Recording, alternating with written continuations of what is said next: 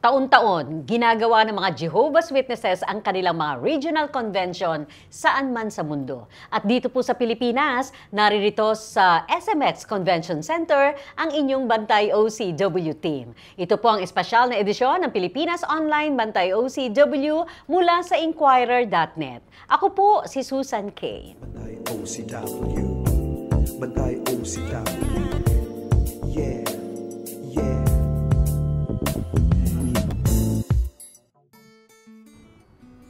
Gaano nga ba kahalaga ang mga regional convention na ginagawa ng mga Jehovah's Witnesses saan man sa mundo? Mula dito sa SMX, pakakakwentuhan natin ang Occupational Health Specialist at siya rin po ang spokesperson ng Regional Convention dito sa SMX. Walang iba si Dr. Ryan Gallego. Dr. Ryan, welcome back! Hindi ito ang first time. Hindi nga po at maraming salamat po sa pag-invite po sa akin muli.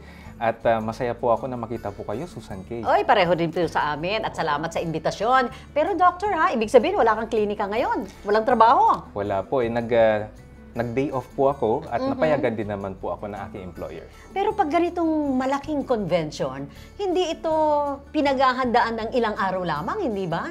At bahagi ka ng paghahandang ito. Hindi po. Sa katunayan po, no, kami po na mga nag-volunteer, months before pa po no, yung aming preparation.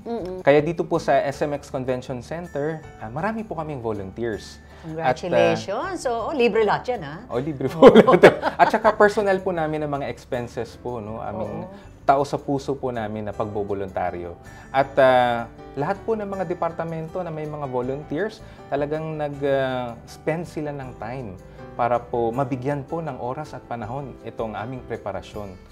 At dito po sa SMX Convention Center, yung bawat departamento, talaga pong lubos naming ginagawa yung aming tungkulin para po maging successful po yung event na ito. So, ibig sabihin niyan, Doc, talagang ganito kahalaga itong klase ng mga convention na ginagawa ng mga Jehovah's Witnesses. Pero kailan po ba nagsimula dito sa Pilipinas ang mga regional convention na katulad nito? Actually, magandang tanong po yan, no?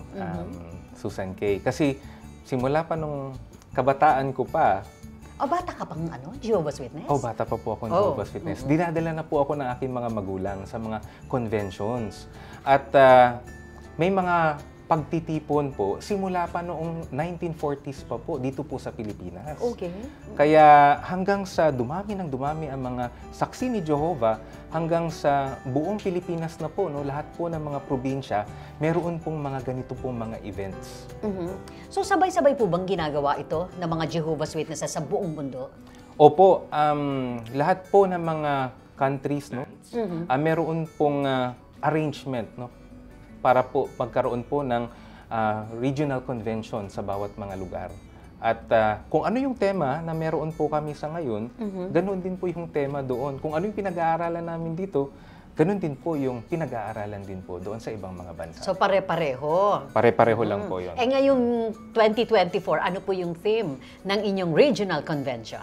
Sa ngayong taong ito, no, sa 2024, ang tema ng aming regional convention ay ihayag ang mabuting balita o declare the good news.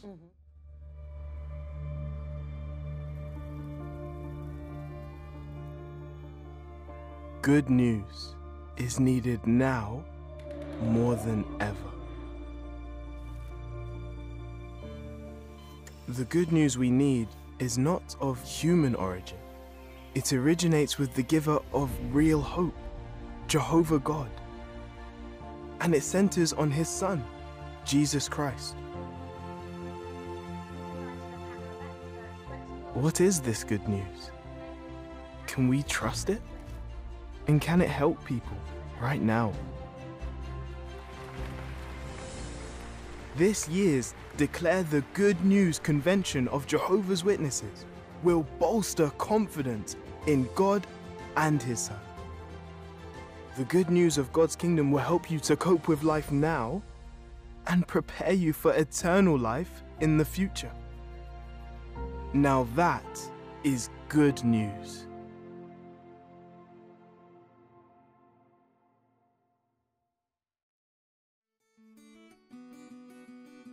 So, ibig sabihin po sa kabila ng kaliwat kanan na masasama, hindi magandang mga balita, at may mga magaganda ring balita, bakit napapanahon at mapangahawakan ang balitang ito? Alam natin marami pong masamang balita sa ngayon. Pero hindi lang po yan, Susan Kay. Meron din pong tinatawag na fake news. Oh yes, oo. Kaya lahat po tayo, minsan kapag nakakarinig tayo ng mga ganyang balita, nakakapanghihina, ano? Pero pag mabuting balita ang ating napapakinggan, ito ay nagbibigay sa atin ng kapanatagan at magbibigay po sa atin ng pag-asa sa hinaharap. Pero usually natatakpan ng mga bad news, fake news, di ba? Fake information na yan, yung mga good news. Yung mabuting balita na siya yung katotohanan, kaya po niyang takpan itong mga masasamang balitang ito. At saka mga fake news na naririnig po natin sa ngayon. Alam natin na hindi po siya popular, no, or unpopular, pero kaya po niyang madaraig itong mga balitang ito sa ngayon. Pero Dr. Gallego, dapat pa nating katakutan ang mga bad news? Hindi po dapat katakutan yung bad news sapagkat ang Diyos mismo naglaan po sa atin ng Bible. Yung Bible na yan, yun yung pagmumulan natin ng mabuting balita.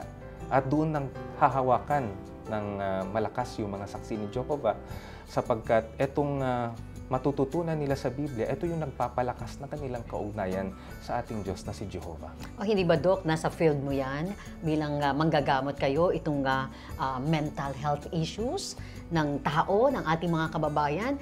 Hindi ba malaking epekto itong mga bad news na kanilang naririnig, nakikita sa araw-araw? Oo, malaking epekto po ito. Sa katunayan, kapag ito ang nagiging focus ng mga tao sa ating panahon sa ngayon, nawawalan sila ng pag-asa.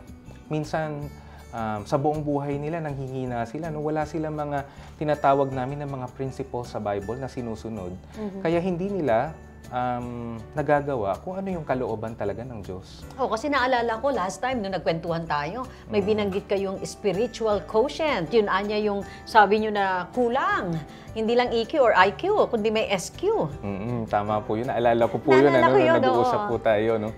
Malaki po ang epekto nito. No? Kahit po sa panahon ngayon na marami po mga masasamang balita, pero andyan pa rin ang mabuting balita na pinanghahawakan natin na ito po ay magbibigay po sa atin ng pag-asa. Pero Doc, anong dapat gawin kung alam namin, wari mo, na mayroong reliable, mapagkakatiwalaan na magandang balita?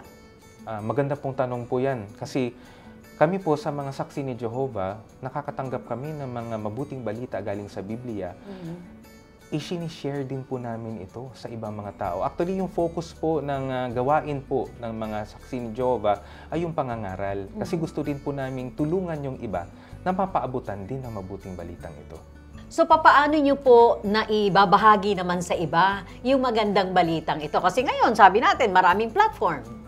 Ayun, andyan pa rin naman po yung bahay-bahay na ginagawa po ng mga saksi ni Jehovah. At nandyan din yung cart witnessing, kung saan nakapwesto po kami sa public areas. No? Marami pong tao na mapapaabutan ng aming mga publikasyon. At the same time, meron pa rin po kami tinatawag na virtual witnessing. Okay? Gumagawa po kami ng sulat at nagko-compose po kami ng mga messages at ipinapadala po namin ito online. So kayo mismo, bilang isang manggagamot din, no, at nakafocus sa mental health ng ating mga kababayan, naniniwala kayo na malaki, matindi yung epekto ng good news? Malaki po ang epekto nito. Sa ngayon po, kailangan po natin ng kapanatagan sa ating pag-iisip. Kailangan din po natin na may pag-asa tayo na tinitingnan sa ating hinaharap. At ito po ay tutulong sa atin na maging malakas, lalong-lalo na po sa marami pong mga problema sa panahon sa ngayon. Ano po ang highlights ng inyong regional convention ngayong 2024? Ayun po, marami po kaming highlights, marami rin po kaming videos, pero ang pinakamaganda po sa video po namin ay meron pong Bible-based drama. Ito po ay tungkol po sa buhay ni Jesucristo. Bago pa siya ipinanganak, sa kanyang kapanganakan hanggang sa pagiging binata, marami po tayong matututunan, lalo na po yung mga magulang kung paano palalakihin yung kanilang mga anak. At ganoon din yung mga anak, no, kung paano din nila maging masunurin sa kanilang mga magulang. Oo, malaking issue yan, ha? Yung relasyon ng magulang sa anak, anak sa magulang. Opo, kailangan po yan ngayon kasi nag-iiba na rin po yung paraan ng pakikitungo ng mga kabataan sa ngayon. May At sarili po imagine, sila. Dok, ang stress nagsisimula sa bahay mismo. Ay oo, tama po. Yun pa naman ang pundasyon ng lahat ng mga gagandang mga asal na makukuha ng mga kabataan na sa loob mismo ng pamilya. So very interesting yan, very timely, na yan ang mga tatalakayin pala o Opo. tinatalakay dito sa regional convention ninyo. Opo, kaya excited na excited po ang lahat sa okasyon na ito.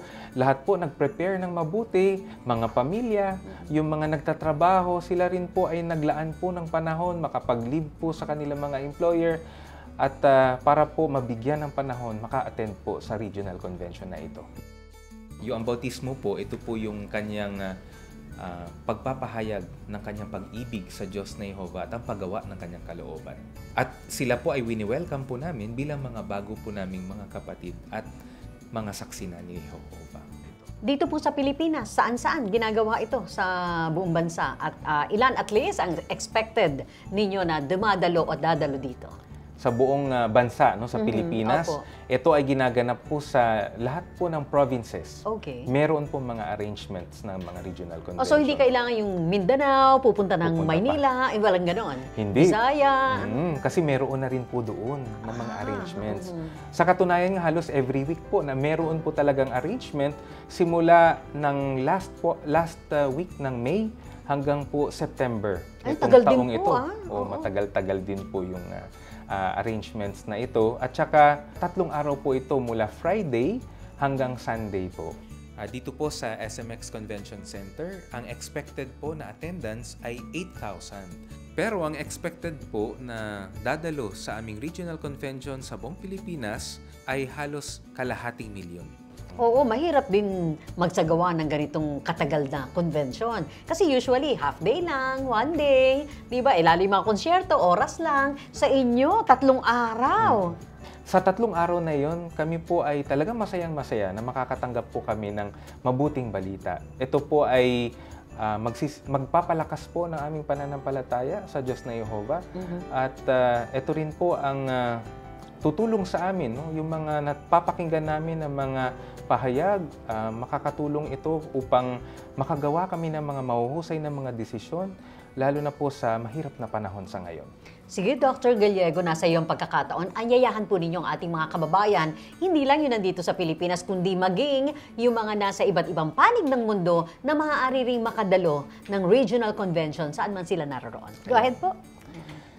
Sa aming mga manonood, sa aming mga kababayan, iniimbitahan po namin kayo kung saan man kayo naroroon sa aming 2024 Regional Convention na may tema na Declare the Good News. Ito ay nagsimula noong Mayo at ito ay magtatapos nitong Setyembre sa taong ito. At kung gusto po ninyong malaman sa inyo pong mga lokasyon ang mga Regional Convention, pwede nyo pong bisitahin ang aming website sa jw.org/tl at i-click lang po ang tungkol sa amin convention. Ito po ay libre at wala pong bayad, kaya welcome na welcome po kayong lahat. Thank you very much, Dr. Gallego. Hanggang sa muli. Maraming salamat din po, Susan Hangad Kay. po namin ang pagtatagumpay ng maraming mga konbensyon na ginagawa ng mga Jehovah's Witnesses. Thank you, sir. Si Dr. Ryan Gallego, Occupational Health Specialist, at siya rin po ang spokesperson ng mga Jehovah's Witnesses dito sa ginaganap na Regional Convention sa SMX Convention Center. Pagdedeklara ng magandang balita ang pangunahing tema ng Regional Convention sa taong 2024. Ito po ang inyong espesyal na edisyon ng Pilipinas Online Bantay OCW para po sa Inquirer.net. Ako po si Susan Kay.